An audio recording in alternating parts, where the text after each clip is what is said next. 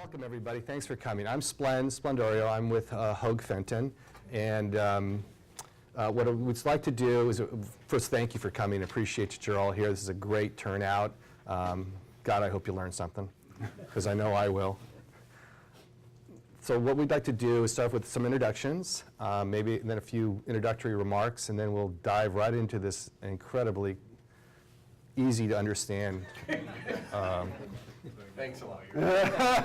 area of tax law. It's like, I like saying that, an easy area to understand of tax law. All right, so I'll start off. I'm with law firm of Hoag Fenton that has been in this area for over 60 years. I'm a real estate partner there, and we handle sales, and we handle leasing, and we handle financing and entitlements. And I happen to spend most of my time in the East Bay because it's sunnier there. Wonderful. Hi, good morning. My name is Luis Ramirez. I'm a partner here at Abbott, Stringham & Lynch. The firm's been around since 1977. I just recently joined the firm. My background is I deal with mostly privately held companies. And when you're dealing with privately held companies, many times the owners have real estate. I do a lot of business with partnerships that own multi-tenant family housing units, corporate commercial kind of work. And also have an international background, so a little bit of a blended background. So welcome, and we're looking forward to hopefully introducing these new regs to you. Good morning. I am Norbert Crabtree, and I work with CSP 360, which is a division of a public accounting firm in Buffalo, New York. And we specialize in engineering-based tax advantages. So we have partnered with these folks to help you understand the new regs that came out on Friday, September 13th. Friday the 13th at 2:30 in the afternoon. And no postcards have been sent out by the IRS to tell you that things have changed and you can save money. So we're here to do that. And we're going to fill in the blanks, hopefully. Okay, so let me give you a little background, at least from my perspective. I am not a tax guy. So you're out of here. I'm a deal guy. So I'm in the middle of these deals. And while I'm aware of cost segregation, it's difficult to know when to bring in folks. And I thought that with these new regulations and and all the prospective advantages to all the folks that we have to represent and they represent, whether you're an owner or whether you're advising as a broker, there's a lot of opportunity here. So my goal is to understand, well, when do I bring folks in? How do I advise them? Why do I tell them, look, this is going to increase your bottom line, and there's good people out there to help you increase that bottom line. So that's what I hope to do, and so Louis? So thank you. So, why this seminar? Why would you come to a tax repair regulation seminar? And let me tell you the motivation, the reason why I wanted to do this seminar. One is, anytime you have a significant change in tax legislation, there are opportunities. And I think this particular area is filled with opportunities. It's also filled with some pitfalls and some areas where you can really get in trouble. So that was my motivation. I have clients that have real estate, so I want to make sure that I knew the rules so that I could become a better advisor. So that's why I want to do this seminar. But even a bigger reason than that is the tax environment that we're living in right now. I meet with clients throughout the year, and this year has been a really challenging year for us because we're talking about an environment now that is complex, and these rules are complex. We're talking about an environment that has incredibly high tax rates, especially living here in California. And so anything that we can do as advisors that can help our clients to reduce their tax liability is found money for them. And these rules, I think, are filled with opportunities. Just a rundown of where things are right now from a tax perspective. Things are just crazy right now. Right now, the IRS, I think, is having trouble keeping up with the rash of legislation that's passed in the last 5 or 6 years. They're also in charge of the Affordable Health Care Act. They're in charge of running and overseeing that. That's going to be really difficult for them to keep up with this. So these new set of rules is going to even make it more difficult. But I want to throw this up here because I want you to understand why we're doing this, because it means real found dollars. If you're not familiar with these rates, I think we're all going to be in for a rude awakening. The rates that used to be a high of 35% have jumped to 39.6 at the highest tax bracket, okay, for individuals. So those of you who are individuals who own real estate that are profitable, businesses that are profitable, clients that have real estate that's profitable, you're looking at the top tax rate of 39.6% on the income that's flowing through to an individual tax return. You throw on top of that the new Medicare tax on wages, that's 0.9%. You're dealing with a 40.5% tax rate. Now, this year, itemized deductions are being phased out. Personal exemptions are being phased out. So on the federal side, you're looking at about a 42% rate. Now, what's missing from this slide? No mention of California, right? Does anybody have an idea what the marginal tax rate in California is? It's 13%. 13%. So I throw a 42% rate on top of 13% in the higher tax brackets, I'm looking at 53, 54% tax rate. That's a big number. So anything that we can find in these rules that's going to reduce that number is going to be kind of found money and an increasing rate. The other thing is that now for those of your clients that, or those of us who sell our buildings and don't exchange, and we end up selling and we get capital gain treatment, well, it's gone from 15% to 20%, an increase of 5%, right? And on top of that, we have this new Medicare surtax of 3.8%. And I'll talk a little bit about what that means. But in absolute terms, we're talking a 16% higher rate overall for federal and a 58% higher rate for capital gains. That's why this stuff is important. So for those of us who may not know what this is, anybody familiar with the concept of net investment income? If you don't know what it is and you're dealing with folks that have real estate, you need to know what this is, because what that is, it's the surtax that's applied to the lesser of two numbers. One of those numbers is this net investment income. Net investment income includes passive activity income. Rental real estate, by definition, by law, is passive real estate income. Even if you're a real estate professional, which many of you are, it's still passive income, subject to income tax, 39% rate if you're in those brackets, right? And subject to this new 3.8% Medicare tax. So again, we're talking about for those folks that have profitable real estate, 43.4% rate, 24% higher than it was in 2012. That's why these rules are important. That's what motivated me to do this seminar. So what are these regulations? 200 pages of regulations, 9 years in the making. Very efficient. 9 years in the making. Notice how they progressively, subjective, they became more taxpayer unfriendly as time went on. That's what I want you to take away from this slide, is that we think it's going to lead to more dispute with more audits, depending on how you define certain items. Some of the important changes that I think I want to point out here is that this gobbledygook right here, this RevProc stuff, all that means is that when tax law changes, most of the time they're prospective. In other words, the law's going to change, and so January 1st, 2014, this is the way you have to do it. These rules don't work that way. The way these rules work is their accounting method changes, which means that if you don't follow these rules, the IRS can go back 10, 15 years and catch you up and make you adopt to the correct rules. So these are not prospective type changes, they're accounting method changes. So there's exposure if you've done it wrong in the past, but there's also opportunity if you haven't done it the way in the past. And that's what we're going to talk about, is the opportunity side of it. Okay, so the things that I'm going to focus on today that we all need to have a kind of a basic understanding to kind of interpret these rules is we have to understand what a unit of property is, and especially for commercial real estate owners, because there's some new rules and you have to now split up a building into 9 different units of property. That's kind of what these folks specialize in at CSP. So we'll talk about that. We also have to have a basic understanding of what a structural component is of that unit of property. Just as a quick example, apartment complex, 500 apartments, they have 500 separate AC units in each one of those apartments.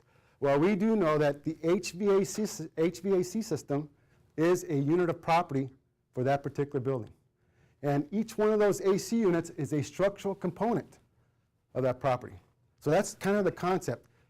And there's a lot of rules as to how you expense or how you capitalize those kind of costs. So that's kind of what I want to point out here. Some key elections that everybody has to deal with. In fact, this one here, every single business and real estate owner must have a written policy on what their expense and capitalization policy is. If you don't have it in place before January 1, 2014, with some kind of documentation that existed at that point, the IRS can come in and change the way you've done it and make you adopt a more restrictive method. So I do know that we have copies of this. If you're interested in getting a copy so you can put into your corporate minutes, or let me know, send us an email, give me your card, and we'll make sure we send you something you can put in your corporate records to indicate that. But this is a mandatory thing that you must have inside your corporate documentation. I'm not going to talk about rollable spare parts. There is some rules, and you can, instead of trying to expense things, you can just capitalize all of it if you want to be super conservative. This thing here is very important, partial disposition. Again, an election that's done on a year-by-year basis. And this is one of the things that got my attention when I first started looking at these rules. I had a client that told me, hey, I need to replace my roof. He just bought the building about 5 years ago. The roof is going to cost him $450,000. And then he tells me, well, what do I do with the previous cost of my roof? He bought the building for like $5 million. And I'm going, well, that's a good question. And under these rules, you can make an election that says, to the point that you're going to add a new roof, you're going to capitalize that roof at $500,000. Well, the old cost of that roof, what do you do with that? You should be able to write it off. This lets you do that. And for this particular client, it's a $200,000 write-off. It's the unamortized portion of that roof, right? Because when you buy a building, you don't separate the cost of the roof. You just bought a building. But unless you know what the price of that roof is, you can never write off the unamortized balance. So that's why this becomes important. I think we'll speak to that a little bit later. Okay. Back to this unit of property. What is a unit of property? We need to know that, because when we spend money on a unit of property, we have to ask ourselves, can I expense this, or do I have to capitalize it? And if I have to capitalize it, how long? Right? For tax purposes, it can be as long as 39.5 years. That's a long way to wait to get return your money. So our job is to try to make that thing currently deductible, or at least have a shorter life. So we have to understand what a unit of property is. A key thing and a kind of a little clue here. The larger the unit of property, back to my example, the HVAC system, with 100 separate units, the larger it is, the more discrete components, the more likely I can probably expense some kind of repair to that system. That's something to keep in mind. Okay, this component test that we have to apply. So here we go. So here are the 9 separate, distinct systems in a building. How many of you have buildings that have it broken out in this kind of category? Probably very few of you, right? They're out in the parking lot. They're trying to get a parking spot. Yeah, so very few people do. I can tell you that I've worked with these gentlemen and some other folks. I've done at least 6 or 7 of these so we can start categorizing our buildings into these categories. And why are we doing that?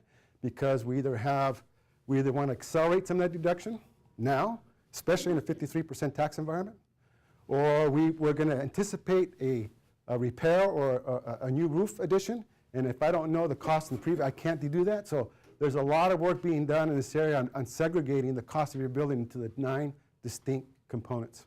That Price parking is not on there. Yeah, me too. Well, it falls under number 9. Any other? Yep. But actually, seriously, the reason it's on there is because the parking lot is already considered an accelerated item, because it is generally a site improvement, so it's not considered a structural part of the building. And what they were trying to do with those 9 systems is bring some clarity to it.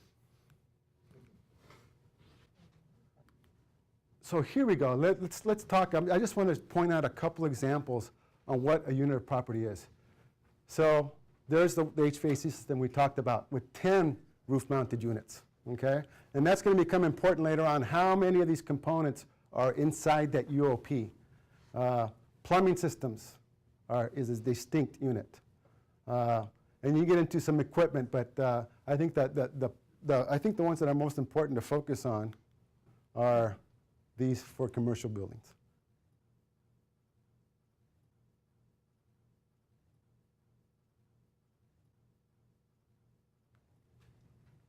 And then they talk about some more different examples.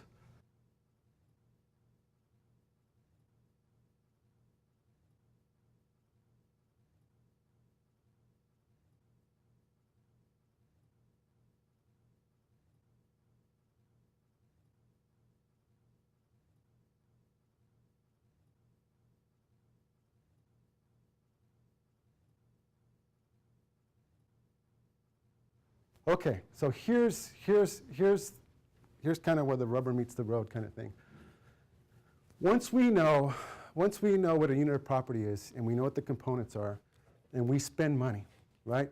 As a building owner, we spend money on our building, and if that cost, those funds that we spend with that unit of property result in a betterment, that's a very key word in the regs, a restoration, or an adaptation to a new or different use, that will determine if we have to capitalize or expense that particular item. So it's a gauntlet. It's a three-test gauntlet, okay? And this is what it looks like. And I want to point out the parts that were for creative people, for people who want to be a little aggressive, or for just an area of subjectivity. A betterment is cost incurred to a unit of property where we're correcting a pre-existing condition. Well, if we bought a building, we know the roof is bad, then if we're going to fix that roof, it's a betterment, and that means it's a betterment, we have to capitalize it, okay? If it results in a material addition, what does that mean? What is a huh? Change the size of it. Yep. So if I increase the size of the building, the envelope of the building, then it results in a betterment. I have to capitalize. If it increases, again, there's that word again, materially, very subjective word. If I materially increase the efficiency, the productivity, then I have to capitalize, okay? So if I can pass this roadblock, I got to go to the next roadblock. And I go through the restoration rules, and I'll talk about those in a while. And then if I can pass that roadblock, I go to the next roadblock. Is it new or different? Does it adapt my unit of property to a new or different use?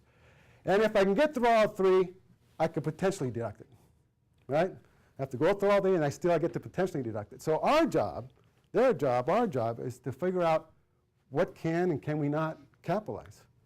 So what is a betterment? And I've already talked a little bit about it. Here, I want to give you some examples, okay?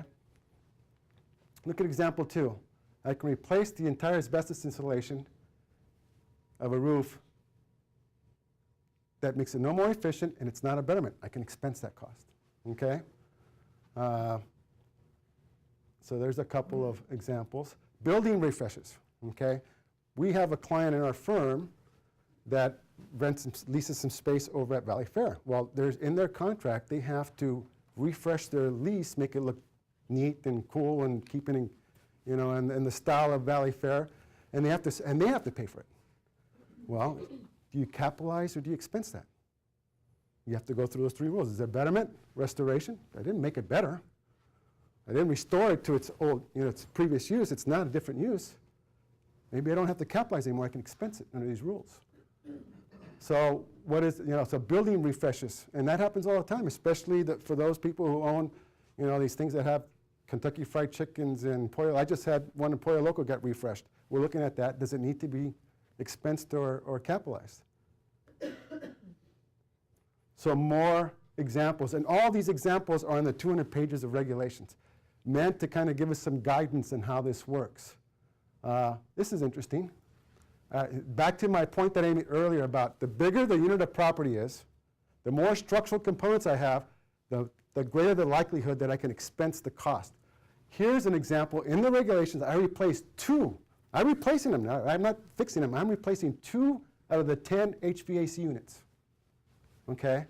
And they're 10% more efficient. It's not a betterment. I can expense it. Now, what if that was 5 out of 10? Or 6 out of 10? What if that was 15% more effective? 20% more. This is, again, the subjectivity of the regulations. What is material, what is not material? Here's one where I did some insulation, and it cut my cost by 50%. That is a betterment. So now I know I have something between 10 and 50. Where's the line? And it's important to note, these examples, we didn't write these. Right. The IRS did. Okay. Here's, this is, again, out of the regulations. Here was an example of a building refresh that was not a betterment. Yeah, specifically retail. Yep, retail space. And we used to always have to capitalize that. Yeah, most people did. Most retail spaces did capitalize those costs. And under these new rules, you don't have to if you can fall under those facts and circumstances. Here's one where you did have to capitalize because there's a lot more work being done. They upgraded electrical systems. They remodeled all the bathroom floors. Some of these are kind of repair costs, but because they were done in context of the whole building refresh, you have to capitalize. So, quick summary. What is and what is not. Okay? Again, the 2 out of the 10 is not. Maybe 3 out of 10 isn't. Maybe 4 out of 10 isn't. But maybe 5 out of 10 is. But we were talking earlier, you can stage this, right? If you know these rules, see some heads nodding. Yeah, stage it. 2 this year, 2 in December, 2 in January, right? Maybe 2 the year after, because it's not 5 out of 10 in that one particular year. It's a year-by-year analysis. Okay? Restoration. A restoration, essentially what this means is that 2 key concepts. If I take a loss, casualty loss, that happens sometimes, flood zones, you have a building gets flooded out and you have to replace the whatever that is, I'm probably writing off as a casualty some portion of that building that got damaged. If I did that, any improvements, restoration has to be capitalized to the extent of my basis. Okay? That's a rule under these restoration rules. The other thing, again, back to this partial disposition, if I know, and you can do some planning here, if I know I've got a roof that I need to fix, and I'm going to take a loss in it, anything that I do, I've got to capitalize afterwards. Okay? And the other key concept is that if I am restoring a piece of property at the end of its class life, these are the class lives, then it's a restoration I have to capitalize. So as long as you don't reach the class life of your particular unit of property, it's not a restoration. Okay? We talked about components.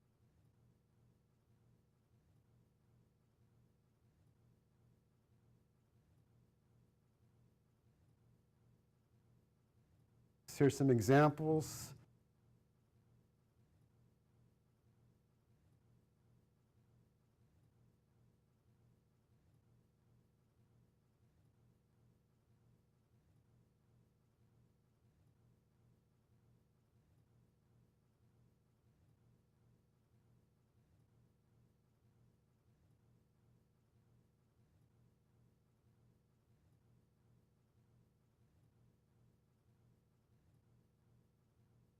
Here's a summary. So, roof membrane, if I'm replacing the roof membrane, not a restoration. I'm replacing the entire sprinkler system, it is a restoration. Again, here's these 3 out of 10, replace 3 out of 10 roof-mounted HVAC units, not a restoration.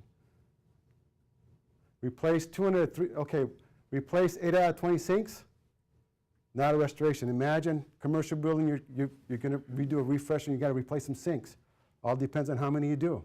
How big is the unit of property? How many components do you have? You have to go through that analysis. Replace 100 to 300 exterior windows, 8.3% surface area. Not a restoration. You can expense it.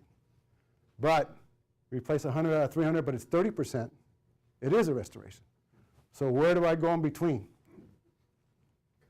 That's the subjectivity of the rules. Okay, elevators, high cost items, right? The bigger the unit of property, elevator systems are a separate unit of property. The more elevators you have in a commercial building, the bigger your unit of property, the more distinct components. I replace 1 out of 4, it is not a restoration or a betterment. I can expense that. That's usually been capitalized in the past, at least a lot of my clients did. Now I can expense the cost of that elevator. Okay? If I replace one, I take partial loss. I can't do that right under restoration. But if I replace 1 out of 4, what if there were 14, 16, I replace 4 to 16? Same ratio, I would expense it. Again, timing on when you do that too becomes critical.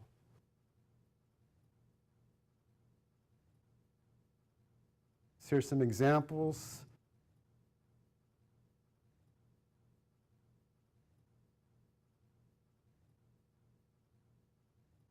Things that you need to consider now for yourselves or for your clients. You have to have this capitalization policy in place before the end of the year. You must have that there. And like I said, we have copies of that. We're happy to provide that for you if you drop off a card. For our clients, we're looking at their balance sheets and their repair costs in the last 5 to 10 years. If we're seeing significant amounts that we've been capitalizing, we're going back and examining, can we expense it under the new rules? Remember, these rules are not prospective. They're basically their accounting method change. So if we find that we could have expensed $300,000 worth of repairs we made 5, 6 years ago, I can change my method of accounting and take it now. But you have to know the rules to determine was that capitalizable or was it an expensable item. Remember, and this is just for tax purposes. You can keep your financial statements the same way, right? Because many of us report our financial statements to bankers, to public company, whatever that is. But the tax returns, we can do. And who would not want to have a $300,000 deduction in a 53% tax environment? I mean, that's what we're talking about. Partial dispositions. If you know you're going to replace a roof, and you know that you paid, that there's some cost you can write off, it's good to know what that cost is so you can take the deduction when you do replace it on the unamortized portion. Grouping activities. I don't know how many of you got involved in grouping. For this year and next year only, there's been a material change in the tax environment because now we're subject to this net investment income tax, right? And because of that, for 2013 and 14, you're going to be able to start grouping your activities differently.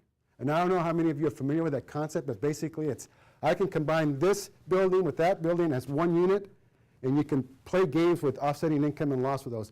One of the benefits of this that we're doing with a lot of our clients, if you're a building owner and you're also in a business and you rent that building to your business, through these grouping activities, you can combine the building with the business, do a cost-seg study, go through these repair rig stuff, increase the expenses in my building. Now I can offset my business income. And again, 53% deduction if we can find that kind of stuff in these activities. And the last one is cost segregation study, which we're going to talk a little bit more about. But I think at this point, I want to turn it over to Splend, because Splend is going to be talking about some transactions he's recently done and how we might be able to apply these rules.